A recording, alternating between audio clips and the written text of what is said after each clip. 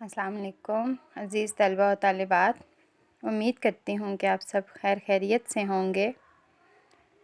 میں آپ کی اردو کی teacher allied school Abdul Aziz campus.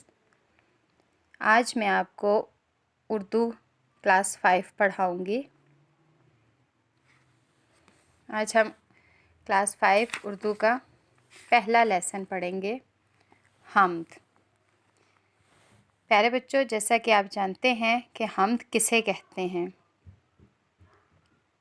حمد وہ نظم ہے جس میں اللہ تعالیٰ کی تعریف بیان کی جائے اور اس کی نعمتوں کا ذکر کیا جاتا ہے۔ سب سے پہلے ہم اس حمد کے الفاظ معنی کریں گے۔ پہلا الفاظ ہے ظاہر۔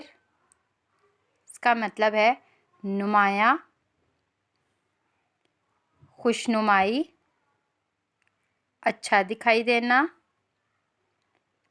قدرت، اللہ تعالیٰ کی شان، مہکے، خوشبو میں بسے ہوئے، پرند، پرندے، بخشی، عطا کی ہوئی، عجب، عجیب، چٹخی، بکھری، ٹھٹکی، سنبھلی ہوئی، نگاہ، نظر، حیران، حیرت والا، جاڑا، سردی کا موسم، برسات، بارش کا موسم، رت، موسم، سما، نظارہ،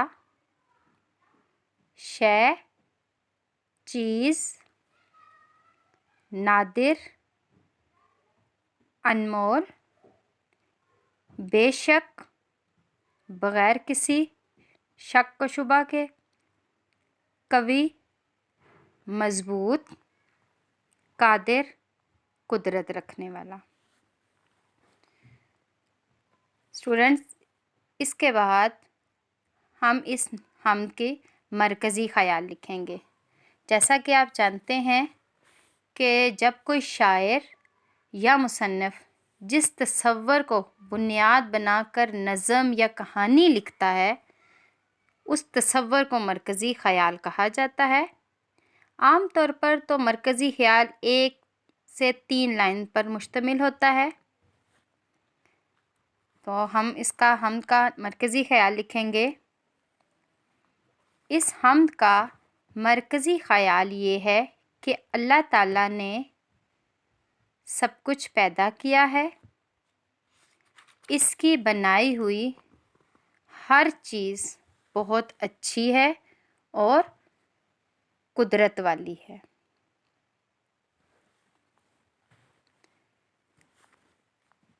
اسٹوڈنٹس، اب میں آپ کو اس حمد کا تمام اشعار کی تشریح کرواؤں گی۔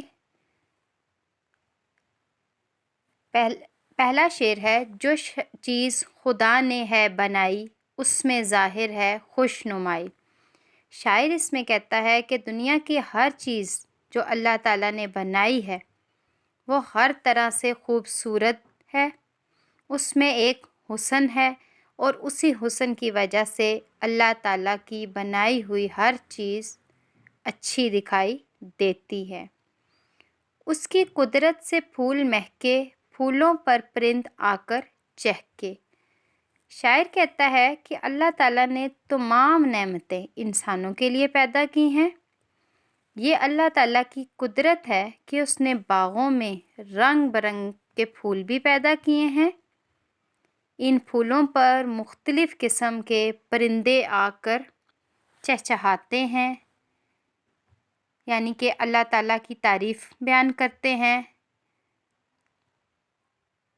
تاروں بھری رات کیا بنائی، دن کو بخشی عجب صفائی۔ تیسرے شعر میں شاعر کہتے ہیں کہ اللہ تعالیٰ نے انسان کی سہولت کے لیے بہت سی چیزیں بنائی ہیں، جس میں چاند، سورج، ستارے شامل ہیں۔ سورج سے ہمیں روشنی اور حرارت حاصل ہوتی ہے۔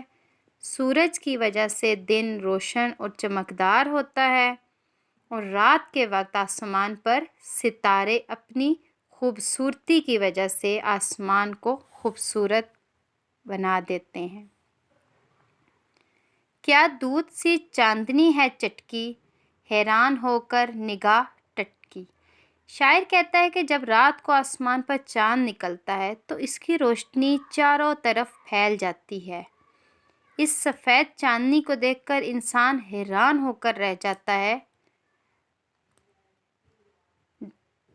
اللہ تعالیٰ کی اس نعمت پر وہ حیران ہوتا ہے کہ اللہ تعالیٰ نے کیسی کیسی چیزیں انسانوں کے لیے پیدا کی ہیں۔ شعر نمبر 5 ہے، جاڑا گرمی بہار برسات، ہر رت میں نیا سما نئی بات۔ اللہ تعالیٰ نے ہمارے لیے مختلف قسم کے موسم بنائے ہیں۔ کبھی سردی ہوتی ہے تو کبھی گرمی، کبھی بہار کا موسم ہوتا ہے جو کہ ہمارے دل کو بہت اچھا لگتا ہے۔ اگر ایک ہی جیسے موسم ہوتے تو انسان بڑی جلد اکتا جاتا۔ سردی میں لوگ دھوپ میں بیٹھتے ہیں تو گرمی کے موسم میں سایہ تلاش کرتے ہیں۔ اسی طرح برسات کے موسم میں بارش سے لطف اندوز ہوتے ہیں اور بہار کے موسم میں باغوں کا رخ کرتے ہیں۔ شعر نمبر 6 ہے کہ مٹی سے خدا نے باغ اگائے، باغوں میں اس نے پھل لگائے۔ اس میں شاعر کہتے ہیں کہ اللہ تعالیٰ نے مٹی کو یہ صلاحیت بخشی ہے کہ اس میں طرح طرح کے بیج بوئے ہیں، اس سے پھل اور پھول لگتے ہیں۔ اسی مٹی کی وجہ سے باغ بھی تیار ہوتے ہیں جس میں خوش ذائقہ پھل اگتے ہیں۔ ایک ہی مٹی میں پیدا ہونے کے باوجود ہر پھل کا رنگ، خوشبو اور ذائقہ دوسرے پھل سے الگ ہوتا ہے۔ یہ اللہ تعالیٰ ہی کی ذات ہے جس نے پھولوں اور پھلوں کو پیدا کیا ہے۔ شعر نمبر 7 ہے، ہر شے اس نے بنائی نادر، بے شک خدا ہے قوی و قادر۔ پیارے بچوں، اس نظم کے آخری شعر میں شاعر کہتے ہیں کہ اللہ تعالیٰ نے ہر چیز کو بڑے عمدہ طریقے سے بنایا ہے، یعنی کہ بہت اچھے طریقے سے بنایا ہے۔ اس میں کوئی شک نہیں کہ اللہ تعالیٰ کی ہی ذات سب سے زیادہ طاقت والی ہے، ہر چیز پر قدرت رکھنے والی ہے۔ قرآن مجید میں ارشاد باری تعالیٰ ہے، بے شک اللہ تعالیٰ ہر چیز پر قادر ہے۔